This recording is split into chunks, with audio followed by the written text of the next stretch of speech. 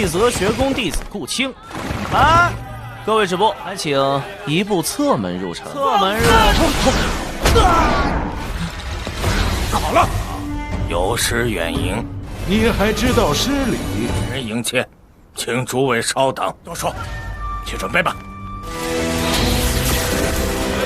欢迎到汝。今日便让尔等学学。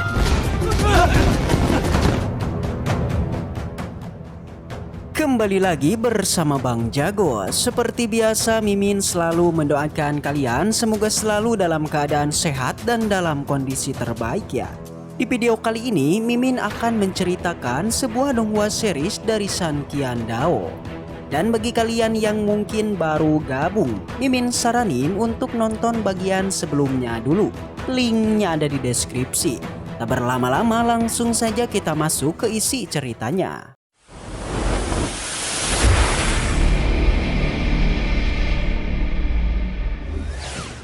Setelah pertarungan sengit kemarin, si Wujo melawan 5 murid puncak. Di sana sempat terjadi drama yang sangat luar biasa. Drama itu dilakukan oleh Wujo dan Ketua Mo. Masing-masing dari mereka tentu tengah melakukan akting untuk kepentingan masing-masing. Dan anehnya, semua tetua di sana seperti menikmatinya yang bahkan lagi-lagi mereka mempercayai setiap kata yang dikatakan kedua orang ini. Yang pada akhirnya drama itu berakhir dengan keuntungan yang didapatkan Ketua Mo. Dengan dalih mengajak Wujo dan beberapa murid lainnya untuk melakukan turun gunung demi melakukan pelatihan menjadi seorang ketua puncak. Yang padahal mah niatan Ketua Mo turun gunung itu adalah menuju pada Akademi Jisia yang digadang-gadang. Kata Wujo, cincin Tao sektenya ada pada Kimo alias istrinya Wujo. Yang padahal juga cincinnya sudah hilang dilebur oleh si Wujo guys. Singkat cerita, keesokan harinya si Wujo, Xuanwei, Luoqi, dan Ruosui serta Ketua Mo mereka pun berangkat menggunakan sebuah kuda terbang keluar dari Sekte Dao. Tujuan mereka tidak lain adalah berkunjung ke Akademi Jisia. Di perjalanan kedua murid yang menjadi penunggang kuda mereka terlihat sangatlah senang. Itu karena sejak keduanya bergabung dengan Sekte Dao, mereka sama sekali belum pernah turun gunung dan ini baru yang pertama kalinya. Di dalam kereta, Xuanwei menyarankan kepada Luoqi untuk membeli perlengkapan make up ketika nanti di Akademi Jisia.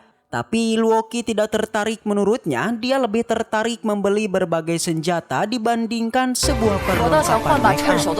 Alasan Xuanwei mengatakan itu karena dia adalah seorang tuan muda terkaya yang katanya semua yang ada di Akademi Jisia itu bisa ia beli. Si Wujo yang ada di sampingnya jelas menjadi kagum hingga mengatakan jika Xuanwei ini adalah sosok yang sangat murah hati. Tidak lama dari itu perjalanan pun hampir sampai dan Ketua Mo juga masuk ke dalam kereta untuk memberikan beberapa nasihat. Di sana sebelum memasukinya Ketua Mo meminta semua murid untuk berhati-hati. Di mana asalkan semua murid mengikuti semua aturan, maka semua murid tidak perlu takut akan masalah apapun. Karena nanti jika ada masalah yang menghadang para muridnya, maka hal itu sama saja dengan melawan Sekte Daojong. Perkataan ini si Wujo menyimpulkan jika Ketua Mo itu tengah seperti memberikan isyarat kepada dirinya. Selama bertindak sesuai aturan, maka Sekte Dao alias Ketua Mo pasti akan membantunya. Selain itu, Ketua Mo di sana langsung saja ke inti tujuannya, yakni dia meminta Wujo untuk tidak melupakan janjinya Wujo, yakni memberikan cincin Tao kepada dirinya. Sontak saja si Wujo auto setuju dan berjanji jika dia akan mengambil barang tersebut pada istrinya dan memberikan pada Ketua Mo. Singkat cerita, waktu pun berlalu dan akhirnya kereta kuda yang ditumpangi mereka pun sampai di depan gerbang kota. Namun pas sudah mendarat, ada beberapa kayu dari kereta mereka yang mulai berhamburan. Jelas melihat ini, semua yang melihatnya mulai meremehkan kereta kuda ini, yang bahkan mereka menertawakan tentang Sekte Dao yang sangat miskin. Begitupun dengan kedua murid Sekte Jisia yang melihat ini juga mereka menyimpulkan jika Sekte Dao sudah menurun drastis itu karena kereta yang digunakan anggota Sekte Dao yang terlihat kusam dan juga rusak. Oleh karena itu, salah satu murid di sana lantas memiliki niatan untuk menggoda dan memprovokasi Sekte Dao. Pertama, dia mengenalkan diri kalau namanya Kuqing. Kemudian dengan murid penunggang kuda juga menghormati mereka. Tapi ketika kereta kuda akan memasuki ke dalam kota, tiba-tiba si Guxing malah menghentikannya dan mengatakan, jika gerbang utama kota ini sangatlah padat, jadi meminta kereta kuda dari Sekte Dao untuk pindah dan masuk ke pintu samping gerbang kota. Jelas saja perkataan ini membuat murid penunggang menjadi kaget. Begitupun dengan semua orang yang ada di sana, mereka juga langsung menyimpulkan jika Sekte Dao saat ini sudah terpuruk, yang bahkan tidak mendapatkan kualifikasi memasuki gerbang kota dari pintu utama. Di dalam kereta, Xuan Wei menjadi kesal. Dia tidak terima karena murid ini telah mengejek Sekte Dao. Begitupun dengan si Wuzhou yang juga sangat marah dengan kesombongan para murid Akademi Jixia. Dia tak basa-basi meminta Ketua Mo mengizinkannya memberikan pelajaran pada ketua murid ini. Sebelum menyetujuinya, Ketua Mo bergumam jika dia bingung dengan perilaku ini yang tengah memprovokasi sektenya. Jadinya untuk mencari tahu alasannya, dia pun akhirnya setuju untuk memberikan izin Wuzhou menyelesaikan masalah ini. Tapi Ketua Mo tetap kekeh meminta Wuzhou untuk bertindak sesuai aturan. Dan di saat Guxing meminta kereta kuda ini untuk berpindah, tiba-tiba dari dalam Wuzhou pun bergerak dan langsung memukulnya. Jelas saja, kedua murid ini tahu betul jika sosok yang ada di depan mereka itu adalah si Wuzhou. Tak hanya itu, Wuzhou kemudian mengingatkan kepada mereka siapapun yang berani bertindak arogan pada Sekte Dao-nya, maka dia harus diberikan pelajaran. Selain itu, masalahnya juga berkaitan dengan kota Lin'an yang dulu pernah Wuzhou lindungi dari serangan Akademi Jixia. Jadinya Wuzhou sudah tidak tahan lagi dengan kelakuan Akademi Jixia yang sekarang malah mempermalukan Sekte Dao-nya. Di mana jika hal ini terus terjadi, maka Wuzhou mengatakan Akademi Jixia seperti tengah mempermalukan diri sendiri.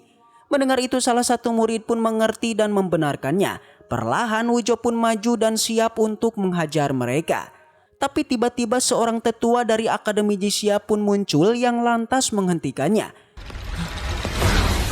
Mimin kira ketua ini akan melakukan tindakan, tapi ternyata dia malah langsung menghormati kepada sosok yang ada di dalam kereta. Dia sudah tahu jika di dalam kereta kuda itu ada petinggi Sekte Dao. Sontak saja kedua murid tadi menjadi auto kaget. Keduanya sama sekali tidak mengetahui jika di sana ada petinggi Sekte Dao. Mereka mulai melirik ke sana kemari dan langsung saja dari dalam kereta Ketua Mo pun seketika keluar. Tetua itu pun segera meminta maaf dan meminta Ketua Mo beserta muridnya untuk segera masuk. Tapi apa yang terjadi ya? Tentu saja dalam masalah ini Wuzhou tidak akan membiarkannya. Yang mana seperti yang kita ketahui, masalah seperti ini tentu tak akan dilewatkan Wuzhou. Dia selalu memanfaatkan kesempatan di dalam kesempitan. Wuzhou mengatakan jika masalah ini harus diselesaikan, di mana Akademi Jixia ini seperti tidak punya etika karena telah memperlakukan Sekte Dao yang merupakan sekte nomor 1 hanya seperti ini. Di sini, sang ketua sangatlah tidak terima jika Wuzhou menuduh Akademi Jixia tidak memiliki etika. Sang ketua menanyakan alasan Wuzhou mengatakan hal seperti itu. Tentu saja dengan kepintarannya Wuzhou pun perlahan menjelaskan kesalahan yang membuktikan kalau Akademi Jixia memang tidak punya etika. Hal itu dimulai ketika murid Akademi Jixia memperlakukan Sekte Dao seperti sampah. Selain itu, ketua ini juga mengabaikan Wuzhou yang merupakan anggota Sekte Dao, sekte nomor 1 di dunia. Mendengar itu, sang ketua menjawab jika dia sebelumnya sudah meminta maaf mengenai masalah para muridnya. Kemudian yang kedua, sang ketua menanyakan kelalaian apa yang membuat dirinya mengabaikan Sekte Dao mereka. Wuzhou mengatakan hal itu bisa dilihat dari sebuah penyambutan kepada Sekte Dao yang hanya dihadiri oleh dia seorang. Sang ketua menjadi panik dan mulai beralasan jika dia meminta maaf dan mengatakan kalau para tetua saat ini tengah sibuk dan tidak bisa menyambut mereka. Awalnya ketua mewajarkan hal ini, tapi kembali si Wujo tetaplah terus mengoceh dan mulai menyudutkan sang tetua ini dengan mengatakan jika dia tidak akan lagi memaksa untuk membuat acara penyambutannya, yang mana dia saat ini memanggil Xuan Wei dan memintanya untuk segera memasuki kota dan menyebarkan semua masalah ini.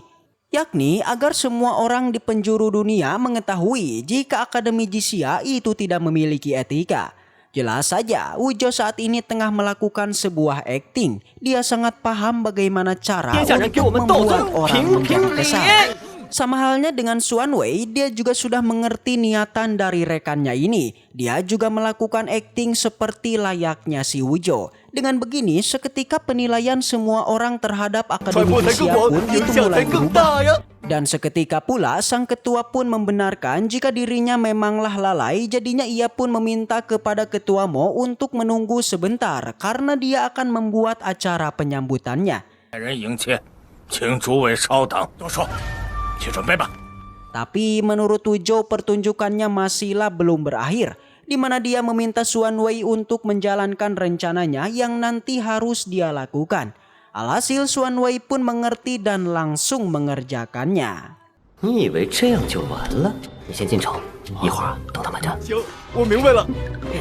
Tak lama dari itu, beberapa murid Akademi Jisia pun mulai muncul dan mulai melakukan acara penyambutan untuk ketua Mo. Sang tetua beserta semua muridnya memberikan salam hormat kepada ketua Mo serta meminta maaf atas kekurangan dalam penyambutannya.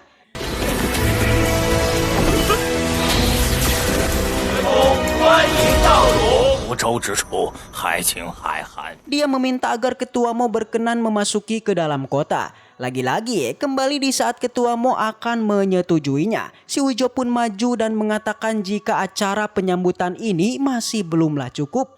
Dikatakan menurut si Wujo acara ini sangat tidak layak untuk dilakukan. Jadinya Wujo meminta untuk segera menarik acara ini karena ini tidak layak. Tentu para murid Jisia yang mendengarnya mereka sangat tidak terima. Begitupun dengan tetua di sana. Dia tak menyangka jika si Wujo ini benar-benar bergabung dengan sekte Dao dan kini menyulitkannya. Dia tahu betul jika perilaku si Wujo ini memanglah sengaja untuk membuat masalah. Lagi-lagi si Wujo kembali berakting dengan mengatakan jika sektenya bukanlah sekte sembarangan. Yakni si Wujo akan memberikan contoh dalam beretika ketika menyambut sekte nomor 1 di dunia. Dan inilah. Ya, tiba-tiba acara besar pun terjadi yang diiringi dengan beberapa penampilan. Yang sudah jelas hal itu membuat para murid Jisia menjadi kagum tapi berbeda dengan ketua Jisia. Dia merasa kesal atas tindakan Wujo ini. Yang pasti saja guys, ini semua merupakan ulah dari si Xuan Wei. Lalu bagaimanakah kelanjutan ceritanya? Karena sudah usai maka langsung aja sebut sebuah kata pamungkas. Waduh, bersambung. Baiklah, mungkin segitu aja untuk pembahasan kali ini. Dan semoga kita selalu diberikan kesehatan untuk mengawal donghua ini. Dan sampai jumpa di video selanjutnya.